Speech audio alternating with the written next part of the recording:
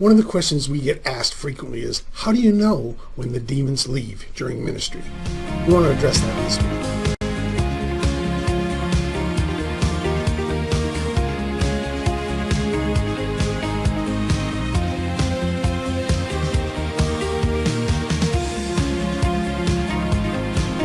We want to address the question here of how do you know when demons leave, and we're putting down there very importantly during deliverance, because that's an important distinction. Just to set the stage for this a little bit, we call this deliverance. The stage for this a little bit, we call this Deliverance Ministry 101. This little graphic we use a lot. It involves a believer here. You see the new spirit, the Holy Spirit in them, body, soul, and spirit.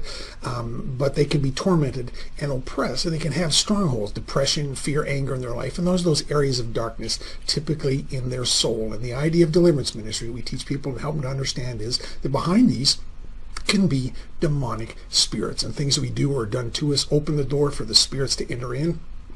And we would call this person, this believer now, in a state of demonic oppression. They're not demon possessed, but they're demonically oppressed. They're tormented, and this is what it looks like before deliverance. And however the spirits go, we call them out, or we send them to dry and uninhabited places, and then you see a person can have much more fruit in their life, and they see the good fruit of the Holy Spirit being manifested. So that's what we're talking about when we talk about manifestations during deliverance, during that process of calling the spirits out. And that's an important distinction we want to make here, because it's not how demons manifest in general. They manifest in a variety of different ways. And what we're sharing here is our combined experience in this ministry of ministering literally to thousands of people, one-on-one, and also in group deliverance seminars, some of the manifestations that we typically see when spirits leave. And we prepare people. We use a 5-step process. We're not don't let demons talk to us. We don't let them manifest. And in fact, if we do see a lot of that, we think there's still an open door as to why that person's being tormented. So we want to make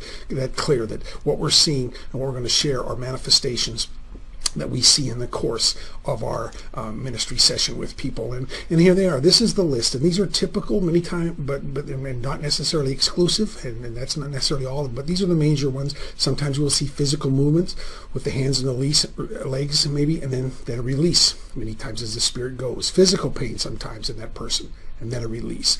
There can be, yes, yelling and screaming, and the release happens when the spirit leaves. Sometimes there could be things like coughing and burping, eye twitching and narrowing, just changes in the facial contortions and facial expressions many times. Sometimes it'll just be as simple as just an exhale, an indication that spirit's leaving. Sometimes, and this is important, quietly. Sometimes there's little, if any, and no manifestation many times whatsoever when that spirit leaves.